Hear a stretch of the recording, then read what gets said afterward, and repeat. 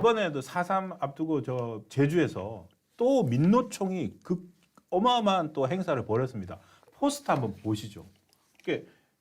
이게 저 포스트에 저 횃불 들고 있는 저걸 보고서 저는 혹시 옛날 건가 싶었는데 위에 보면은 윤석열 정권 심판 돼 있지 않습니까? 네. 그러니까 항쟁 정신 살아있다.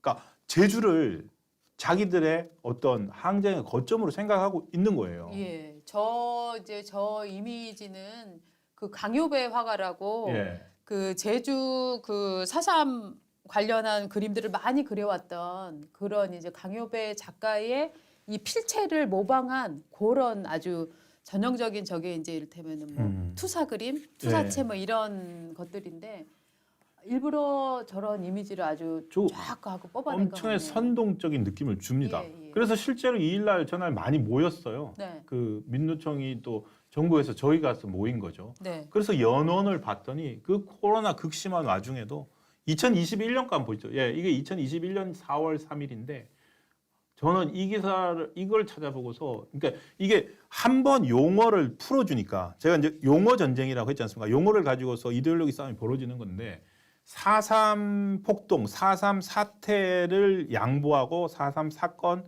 그것도 빼고 제주 4.3까지 가주니까 이제는 요거는 엊그제고요. 아까 2021년 거 보시면은 미국을 저 밑에 보이는데 뭐라고 했냐면 미국의 4.3 책임을 묻고 정명운동을 앞장서겠다는 거예요. 정명운동이 뭡니까? 그러니까 4.3의 정확한 성격을 가르겠다는 거예요. 제대로 된 이름. 그래서 저때 모든 어떤 우리나라 갈등과 희생과 이거의 근원은 미군정인 거예요.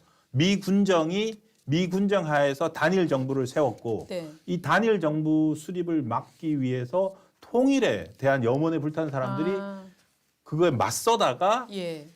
탄압당해서 그러니까 그게 민주화 운동인 거예요. 그거에 탄압당한 거고 그걸 잇고 있는 게 사실 어떻게 본다면은 NL 계열인데 네. 그 NL 계열이 지금 민노총을 먹었지 않습니까? 예, 예. 양경수 위원장이라든지 네. 그리고 물론 이번 국정원 수사에서도 나오지만 그것은 또 북한과 매우 연계되어 있는 사람들이고 그러니까 이게 연결이 되어 있는 거예요. 48년 4.3 일어날 때와 비슷한 식으로 그리고 히읗 여러분 이번에 자통 사건, 뭐 충북 동지회 사건 있기 전에 제주에 분명히 그런 그 간첩 조직이 또 먼저 발견됐지 않습니까? 그래서 제주가 갖는 의미는 민노총이나 북한이나 어쨌든 저 운동 세력에게 매우 각별하다. 네. 매우 각별한 걸 알 수 있고 정명운동을 앞장서겠다고 그러는데요. 오히려 정명운동에 나서야 될 거는 네. 보수 세력, 건국 세력이라고 생각을 합니다. 저는. 네. 정명운동 제대로 해야 됩니다. 여기서 더 이름이 밀리면 안 됩니다. 네, 이게 보니까 저렇게 민노총이 특별히 또 저 제주도 저 부분을 집중하는 이유 중에 하나는 예. 이 해방 이후에 흔히 말하는 이제 뭐 해방 공간 뭐 이렇게 이제 과거 역사를 하신 분들 얘기를 하던데 이 공간일 때 굉장히 중요했던 게 파업이었거든요. 파업과 사보타지. 예. 파업과 사보타지였는데 이 파업과 사보타지가 굉장히 효율적으로 일어났던 사건이 지금 제주도에서의 파업 사건이었었거든요. 그렇기 때문에 일종의 뭐 노동운동으로 혁명을 하겠다라고 하는 사람들 사이에서는 일종의 뿌리 찾기. 민노총. 네, 뿌리 찾기 같은 또 그런 게 효과를 있는 갖는 저는 이런 운동이 아닐까라고 지금 추측을 해봅니다. 아니 정말 네. 이상해서 저 때도 그렇고 그 민노총 제주 지부 행사가 아니라 네. 민노총 위원장이 가는 행사더라고요. 네. 그게 양경수 위원장 되고 난 다음에 저렇게 됐더라고요. 네. 이게 그러니까 NL은 뿌리가 일종의 제주. 근데 또 이렇게 제주에 있다. NL은 제주에 있다 그러면은 아까 그 제주 도민들 중에는 또 싫어하는 분들이 많으세요. 맞습니다. 아니, 이렇게 얘기를 하면 예. 안 되는 거예요. 네.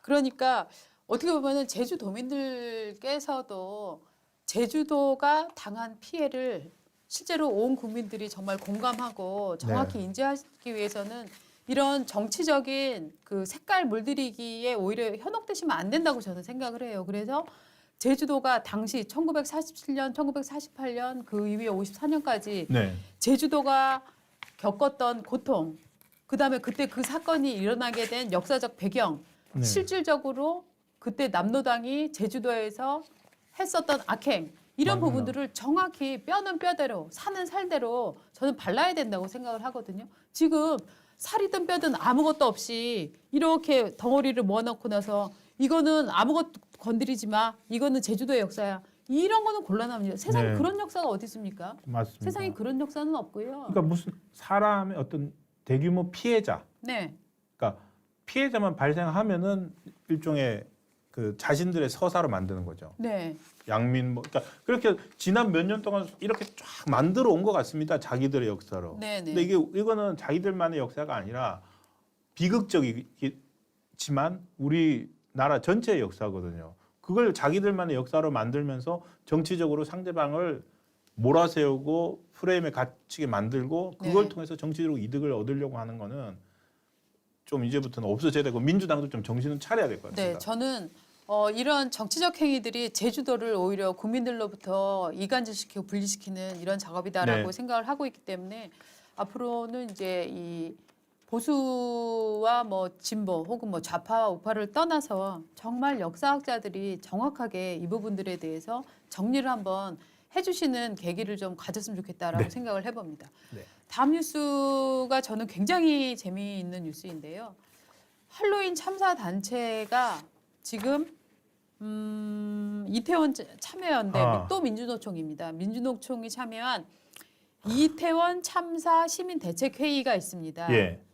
그래서 작년 12월 중순부터 합동 분향소 운영비, 추모제 비용 뭐 이런 명목으로 온라인 모금 활동을 벌였습니다. 그런데 목표액이 1,000만 원이나 뭐 2천만 원 이런 단위, 100만 원, 1,000만 원, 2천만 원 이런 단위로 끊어질 것 같잖아요. 네. 그게 아니라 목표액이 999만 원이었다고 합니다. 왜 그 1,000만 원 하지 왜 999만 원을 모아요? 희한하지 뭔가 않아요? 이유가 있을 것 같은데요. 예, 예. 놀라운 이유가 있을 것 같습니다. 예. 자, 당시에 시민 683명이 모금을 해서 총 2,826만 원을 기부를 했다고 합니다. 예. 근데 시민대책회의가 목표액인 999만 원을 초과하는 부분은 접수를 하지 않았다는 거예요. 그래서 당시 이제 그 참여했던 시민이 이렇게 얘기를 네. 했답니다. 아니 좋은 일에 쓰려고 모금을 했다면 되도록 많이 모으는 게 정상 아니냐. 그런데 왜 도대체 이걸 999만 원으로 제한을 하냐 했는데 이 시민대책회의가 작년 12월부터 시작해서 올해 2월까지 온라인 모금을 총 4번을 실시를 했답니다. 그래서 목표액을 항상 1,000만 원 미만으로 잡았다라고 하는 거예요. 야, 왜 그럴까요? 대단한 이유가 있을 것 같습니다. 갑자기 생각 드는 게 네. 윤석열 정부 들어서고 시민단체 네. 그리고 노조 돈 쓴 거 회계장부 보자. 네. 지원금 받았어? 갖고 와 보세요. 돈 제대로 네. 썼는지. 그걸 되게 얘기를 하니까 네. 거의 다들 나자빠졌잖아요. 네. 없어요. 우리 네. 못 내. 이러면서 네. 그거죠. 네. 그 시민단체 출신인 사람이 이제 분석을 했는데 예. 이거는 이쪽 팀에서 공식적으로 얘기한 건 아니고 예, 시민단체 예. 출신인지 이렇게 기부금품 모집 사용에 관한 법률이 있습니다. 이 법에 따르면 모금액이 1,000만 원 이상이면 사용 계획을 지자체에 등록을 해야 되고요. 정치 활동에는 사용하지 못합니다. 즉 이렇게 모은 돈으로는 뭐 윤석열 퇴진, 오세훈 퇴진 이런 구호를 만들거나 하는 정치적인 데는 쓸 수가 없습니다. 그러니까 각종 제약을 받게 돼 있다. 그래서 이걸 피하려고 1,000만 원 미만의 모금을 여러 차례에 걸쳐서 일종의 쪼개기 방식으로 하는 거 아니냐 이렇게 이제 분석을 한 겁니다. 그런 경우가 있다라고. 네네. 야, 그러면 이게 더 못됐어요. 아니요, 그 여기 시민대책 관계자회의 또 우리 예. 기자하고 통화한 내용도 예, 있습니다. 예, 예. 기자가 이제 물었어요. 네, 왜 예. 이렇게 쪼개기 이런 걸 했느냐. 예. 아니 기부금품 모집 사용에 관한 법률을 준수했을 뿐이다. 어떤 위법도 없었다. 그래서 그러면은 당신들이 그렇게 이상하게 생각을 하면 이번 모금 지출 내역을 몇 달 내에 우리가 자발적으로 공개를 하겠다라고 오. 얘기를 지금 했다고 합니다. 기다려집니다. 네. 예, 어떻게 네. 썼는지. 예, 참 이상하지 않습니까? 이게 예. 전체 그 죄가 큽니다. 네, 받은 돈을 모집 목적 외의 용도로 사용하다가 적발되면 3년 이하 징역이나 3천만 원 이하 벌금에 처벌받게 돼 있다. 네. 이거 걸면 다 걸릴 것 같은데요. 근데 제가 보기에는 이런 식으로 걸려도 절대 징역 안 삽니다. 벌금 3천만 원 이하 벌금이기 때문에 3천만 원이 최고기 때문에 네. 이거 뭐 기껏해야 100만 1억, 원? 1억 모아가지고 그냥 1억 모아갖고 예 100만 원 뭐 내고 나면 그만이다. 저는 이런 시민단체가 여기가 아니라 다른 곳도 저는 많다고 생각을 아니 하는데요. 왜냐면은요 지금 저 토요일마다 열리는 촛불 집회 있지 않습니까? 네. 거기에 들어가는 비용이 장난이 아닙니다. 네. 무대도 너무너무 화려하고요. 그 들어가는 뭐 윤석열 예를 들어 퇴진이 추모다 이 네. 구호 뭐 팻말 만드는데 드는 비용 네. 그거 만든다고 모았겠어요? 시민들한테 받을 때 그러니까요. 아닐 것 같은데요. 네, 맞습니다. 알면서 그랬던 거네요 그동안은. 또. 그렇죠. 알면서도 무시하고 네. 하다가 이제 세게 나오니까 네. 이제는 지키겠다. 그렇죠. 그러면서 어떠한 위법도 없다. 야. 네. 근데 이게 그렇다면은 저기 이런 식으로 했다면은 그 촛불 행동이죠. 네, 촛불 행동이 그 후원금 모금할 때 그 모금의 목적을 뭘로 했는지가 궁금하네요. 네. 이게 참 근데 이게 목적을 적어내는 거를 또 그다음에 하고 있는 일이랑 또 깨워 맞추기를 하는 거는 일종의 이제 사업 노하우 아닙니까? 이런 사업 노하우가 굉장히 발달해 있는 쪽이 또 이 좌파 시민단체들이 많이 있잖아요. 왜냐하면 이 사람들이 정말 예산 빼먹는데 선수인 사람들이 그중에 꼭꼭 끼어 있거든요. 네. 그렇기 때문에 저는 근데 이걸 보면서 좀 놀란 게 야, 이 1,000만 원 넘으면 지자체 신고해야 된다. 그렇기 때문에 지금 이상한 금액들이 950만 원, 990만 원 뭐 이런 식으로 단위를 900만 원대에서 이렇게 끊어서 이 하는 것들은 정말 어떻게 보면 저는 약간 프로의 냄새가 난다. 프로의 냄새가 난다. 네, 예. 그러니까 이런 거를 처음 해보는 사람들이 아니라 아니죠. 그렇구나. 네, 정말로 예. 앞서서도 여러 번 해봤던 사람이고, 야, 이거 지금 저 시민들이 너무 이 할로윈 참사자들을 생각하는 마음이 크고 하니까 저희가 모금을 하면은 돈이 많이 모일 것 같아요. 아니야, 한 번에 많이 받으면 안 돼. 1,000만 원 나오면 너 지자체에 신고해야 되는 거 알지? 어?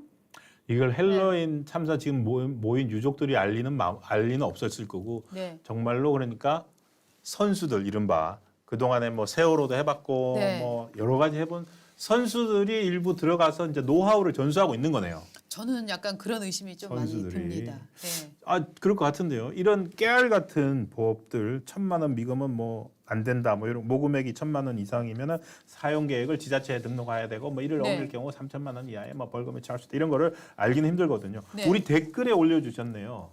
100만 원으로 바꾸래요. 100만 원 이하로 바꾸면은 상당히 괜찮을 것 같은데요. 그렇죠.